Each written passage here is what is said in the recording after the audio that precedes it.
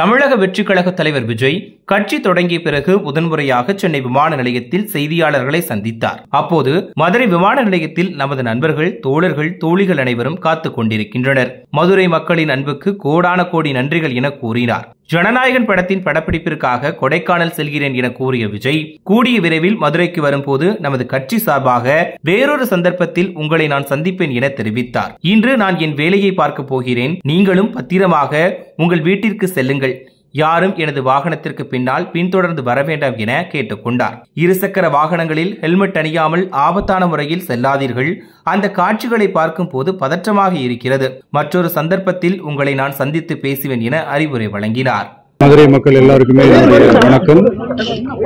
உங்களுடைய அன்புக்கு கோடான கோடி நன்றிகள். நான் இன்னைக்கு போறது ஜனநாயகன் படத்தினுடைய வேலைக்காக போறேன். கொடைக்கானல் ஒரு ஷூட்காக போறேன்.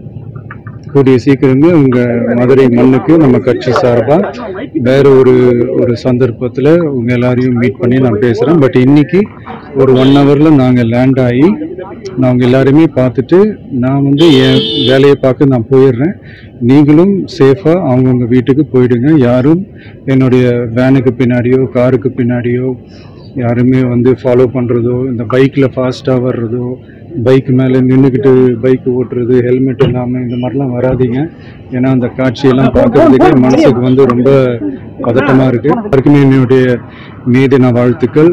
Love you all and see you all.